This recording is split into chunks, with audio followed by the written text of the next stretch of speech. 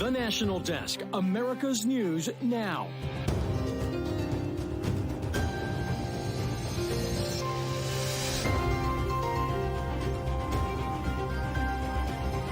A historic arraignment. What's next for former President Donald Trump after pleading not guilty to federal charges today, and how it's playing into his campaign as donations stream in.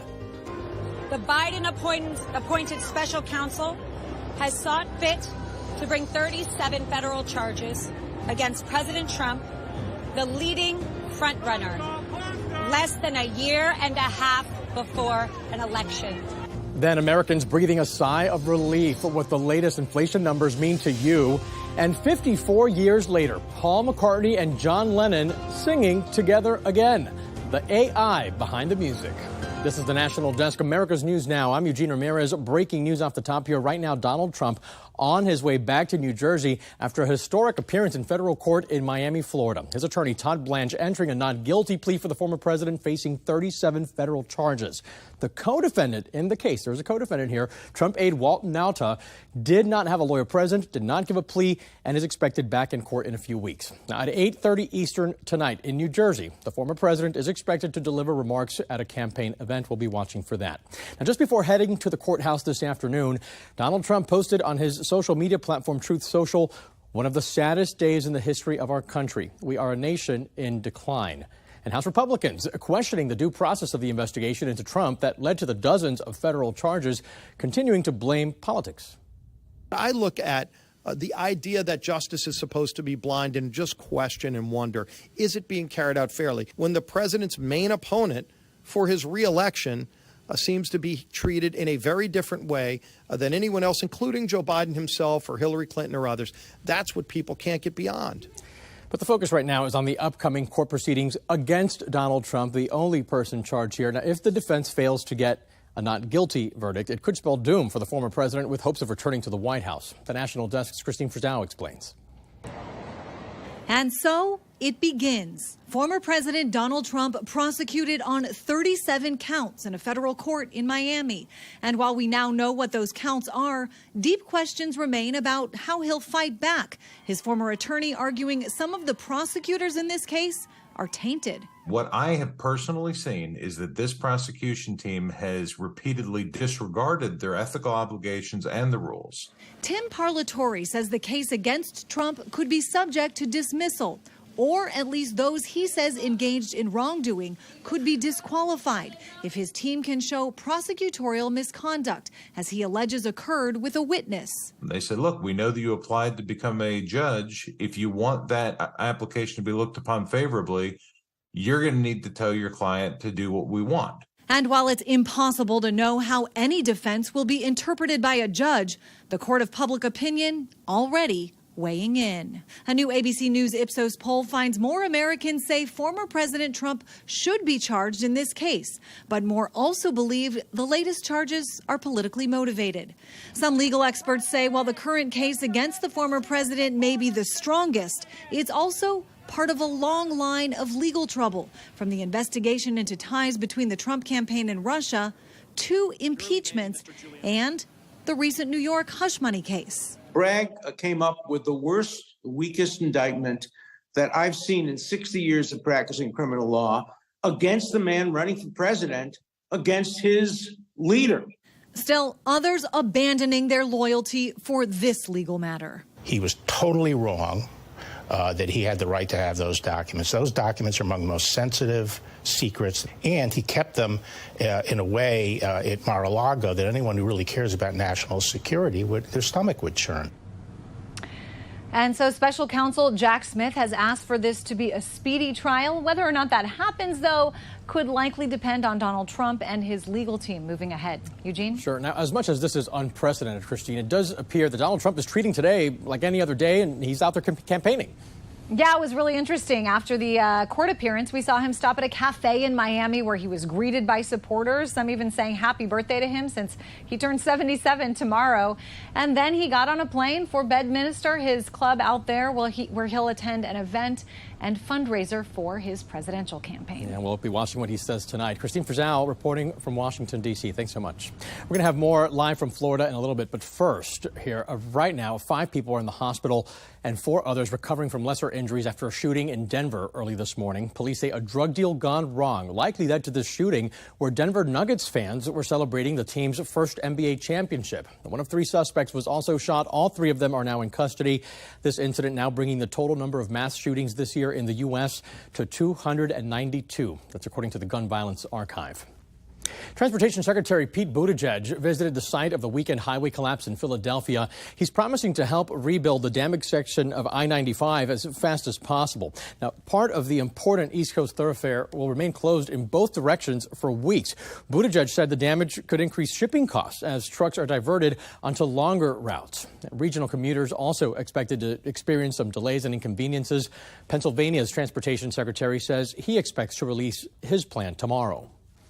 Right now, 17 million people are in the path of severe storms, are making their way across North Texas all the way to the southeast, as you see here. Severe thunderstorms are expected into tonight, impacting a large area from Dallas all the way to Savannah, Georgia. People in Dallas right now bracing for hail 1 inch in diameter or larger. There's a 30% chance for that. Now, at this hour, federal officials are investigating an emergency landing. It happened at Burlington, Vermont Airport. It's a Delta flight that was headed to Minneapolis and landed just 10 minutes after takeoff, after the crew reportedly noticed an engine issue. Fire trucks and first responders surrounded the airport. That plane was able to land safely. None of the 140 people, on board were hurt. Tennessee Congressman Andy Ogles has filed 2 articles of impeachment for President Joe Biden, citing an alleged bribery scheme detailed in that FBI whistleblower document. The president has denied those allegations, and today House Democratic Caucus Chair Pete Aguilar called the document a distraction to the country.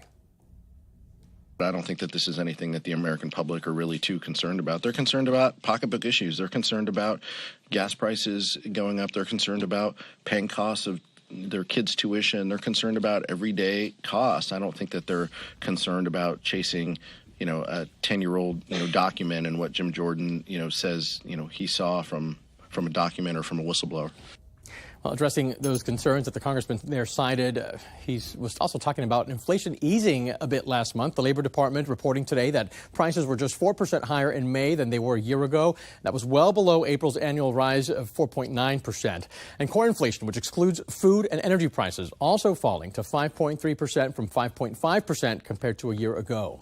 Now, this easing of inflation is exactly what the Federal Reserve is looking for, as it met today and will meet again tomorrow to discuss what to do with interest rates. Will there be another rate hike? Well, it's predicted that the Fed will break that trend of 10 consecutive months of raising rates and hold steady for the time being, at least. Even so, policymakers say the expectation of a pause is not the end of the rate increase cycle, because though inflation has dropped, the job market remains tight and overlying price pressures have not changed much. Chairman Powell will make the decision official tomorrow when the meeting ends at 2:30 Eastern. All right, let's talk now about some new data. That was the wrong video there. But new data showing New York, New Jersey, California, and Alaska are the most expensive states to give birth. That's the video you were watching there. According to the Fair Health, these states are some of the priciest for both in-network and out-of-network births. The median cost for a birth in Alaska is more than $21,000 in-network. Out-of-network, that bumps up to more than $36,000. Pricey. Across the country, thousands of Medicaid recipients have lost their health care coverage. Medicaid providing health coverage, of course, to more than 86 million Americans, including eligible low-income adults, children, pregnant women, seniors, also people with disabilities. Well, now coverage for millions more could be on the chopping block. Here's the National Desk's Janae Bowens. Back in 2020, the federal government increased funding for states so that everybody who had Medicaid could stay on it during the COVID-19 pandemic. But those extra funds are going away, and states are going back to their normal eligibility processes for Medicaid. Crystal Alexander told our station in Arkansas the state's Medicaid system has issues. They have, like she said, the glitch in the system. She joins a group of protesters who want more time to work problems out before Medicaid recipients start losing their coverage. People need the health care. A pandemic-era policy ensured continuous Medicaid coverage. That provision has ended. States are no longer getting extra federal funding for the program and are going back to their normal enrollment processes. The Kaiser Family Foundation estimates 17 million Americans could lose Medicaid coverage within the next year. Over 1 million have already been disenrolled as of June 12th. A lot of people who are on the Medicaid rolls really shouldn't be there. They may have passed away. They may have moved to another state. They may have gotten a very high-paying job and can afford private insurance. Mark Jaffe, a policy analyst for the Cato Institute, says this unwinding of that special provision is necessary. You know, the idea that we would just never review anyone's eligibility, I think should be, pretty shocking for anyone who's concerned with fiscal discipline in the United States. Now, Florida has disenrolled the most Medicaid recipients, nearly 250,000. Now, not all states have started their unwinding process. Oregon begins in October. And if you have Medicaid, you're going to want to check in with your state's agency to see if you still qualify. I'm Janae Bowens for the National Desk. Coming up next on the National Desk, we're taking you just outside the Miami federal courthouse where thousands showed up to support and critique President Donald Trump ahead of today's arraignment, what they did, and the support on both sides. Then why two kids were left with burn-like injuries after playing on slides at a neighborhood park, and what one state is doing to address the farmers struggling with mental health. We're back in 90 seconds.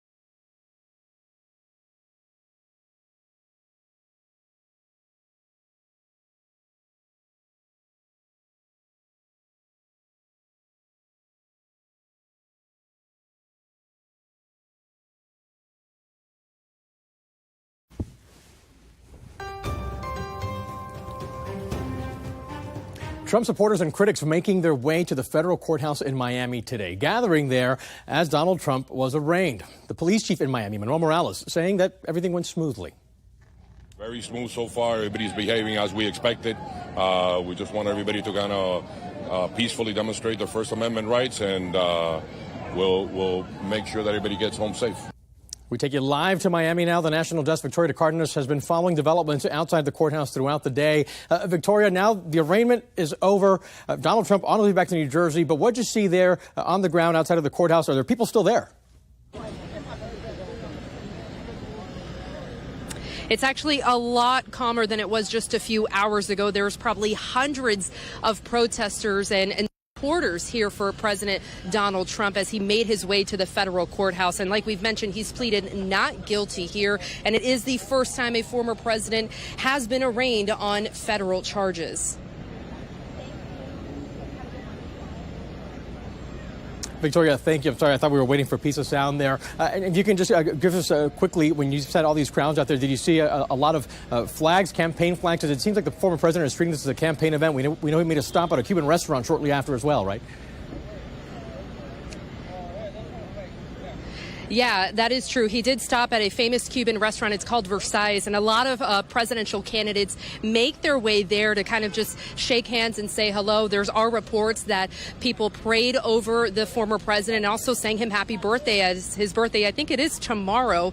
It was definitely, it felt like a campaign. Nobody seemed to be fazed, any of his supporters here. If anything, they felt more encouraged to continue to speak out for the former president. It's a very interesting crowd. We saw very few people, protesting against what was going on. They were quickly shouted out by all of the former president's supporters. But it was definitely interesting to hear it was a crazy crowd, but like you heard from the from the police chief of Miami, everything stayed pretty calmly here in Miami. Yeah, definitely unprecedented and a bit bizarre to watch all of this happening. And yes, you were right, the president turning tomorrow 77 years old. Victoria Cardenas live in Miami. Thanks so much.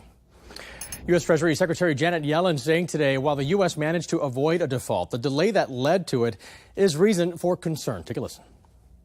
But while we were able to avoid default, the United States once again came dangerously close to the line.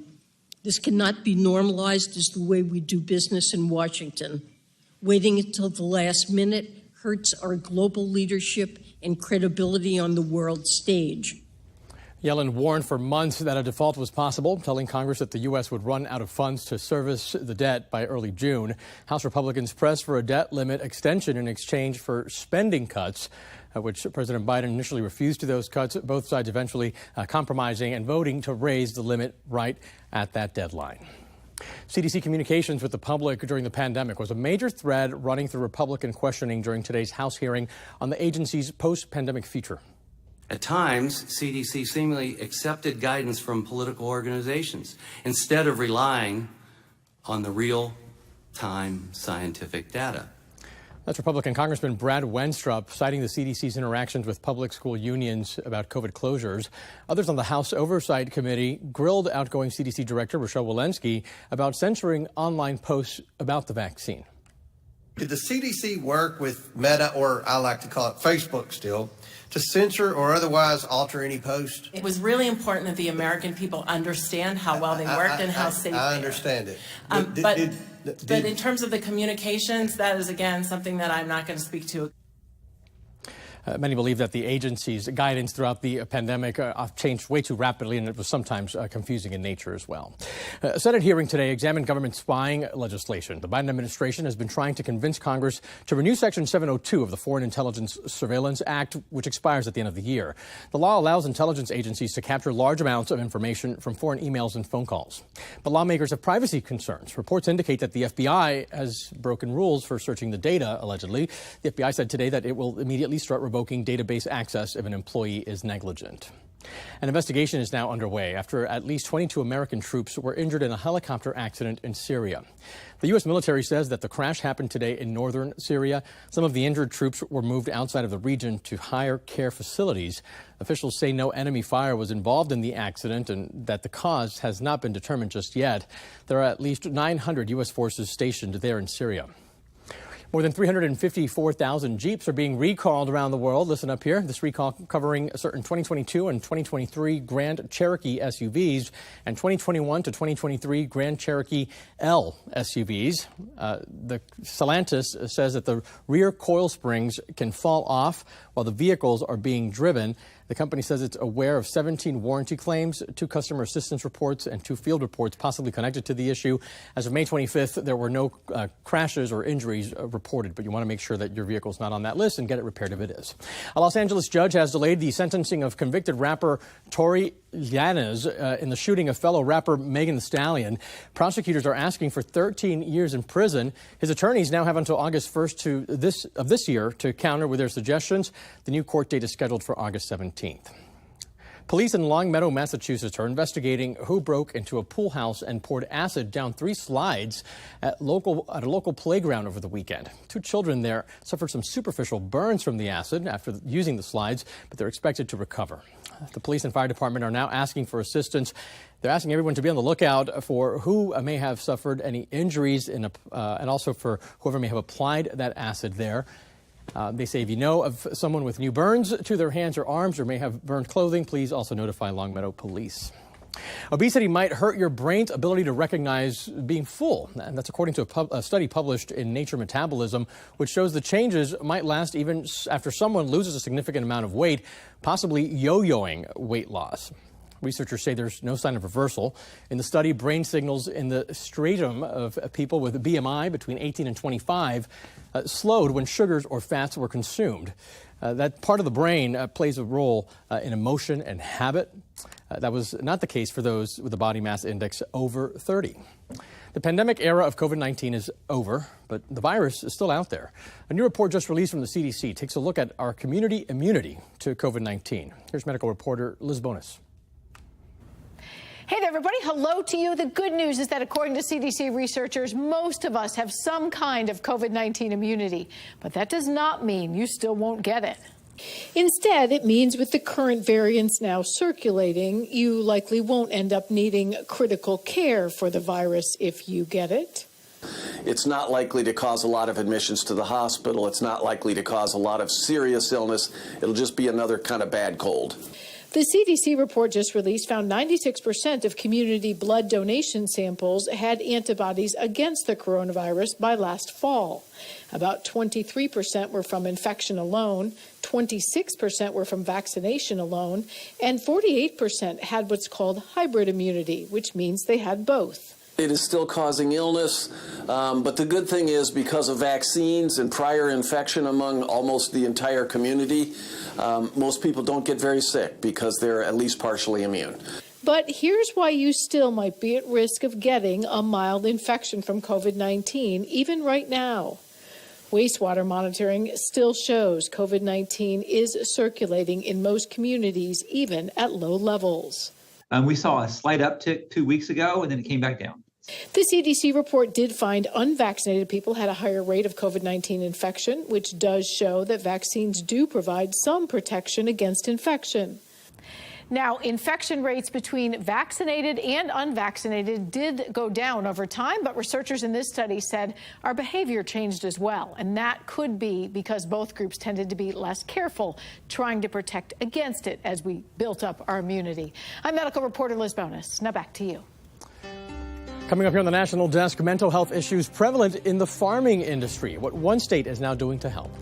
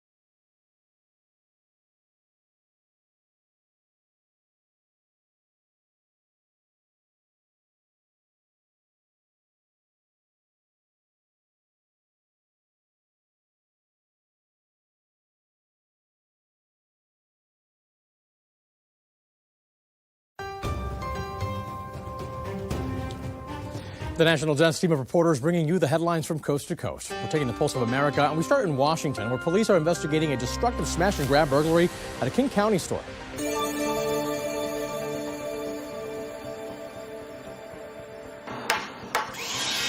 A gaping hole left in the front of Shorewood Grocery after a group of thieves smashed their way inside the store overnight. Surveillance video shows the group pulling up in a truck first, using the vehicle to rip out the front doors of the store, then wrapping some kind of rope around the ATM inside and hauling it away, leaving smashed glass and ruined merchandise in their wake. Man, that takes a lot of nerve. I mean, that's pretty ballsy. All day long, longtime regular customers, many who have been coming here for decades, shocked by what's left of the front of the store. The doors are ripped off, and then there's just a bunch of cans and bottles and mayhem inside the store. It's very frustrating. Customers we spoke with just glad the store was able to remain open as they made repairs and didn't have to lose out on a day of business too. I was very surprised. It really destroyed the place. I mean, it's bad. I mean, it takes a lot of nerve to come and do something like that. This is our neighborhood store, and crime has moved into our neighborhood. For a long time, West Seattle seemed like a very safe place. It doesn't seem that safe anymore. And now over to nearby Oregon, where dancers at a strip club in Northwest Portland have voted to unionize. The dancers at Magic Tavern have been on strike since early April due to numerous safety concerns there at the club. They said they decided to unionize to bargain their contracts, have more protections, and to hold club owners accountable. In this industry especially, we do so much to keep ourselves safe, and we need like the bare minimum of safety standards of health and hygiene in our club as it is. The dancers are demanding the Magic Tavern hire security guards, address improper working conditions, and more. And in Utah, the state's Department of Agriculture and Food is offering vouchers to address mental health struggles prevalent in the farming industry. Farmers, ranchers, and their family members can now request up to $2,000 to use on mental and behavioral health services. State leaders say the mental health of farmers is critical to our food supply. Our suicide rate for those communities is very high, so we want to address that, and we believe by having them healthy and safe, then the production will be better and we can have better local food. According to the local agricultural officials there, the suicide rate among farmers and ranchers is nearly double that of the general population. Coming up, a new Beatles song is coming out. You heard that right, with the voices of all four of the guys. We're going to tell you how that's possible after the break.